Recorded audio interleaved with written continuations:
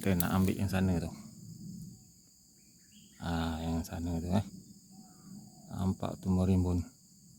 Satu tandan masak besar. Tapi dia punya pelepah, tengok.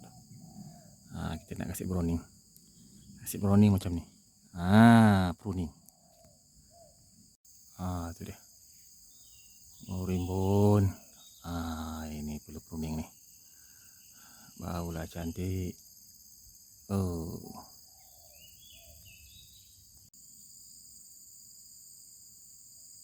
Nampak tu.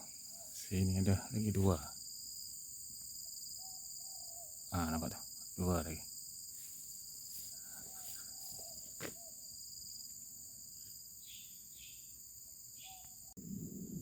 Ini hasilnya.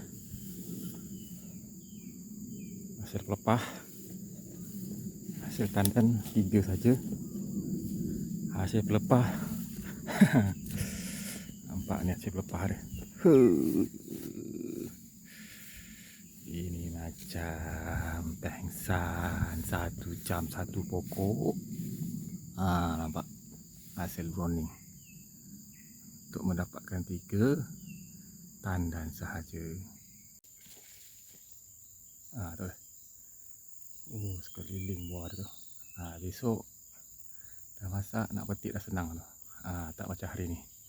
Hari ni kita kasih turun semua pelepah.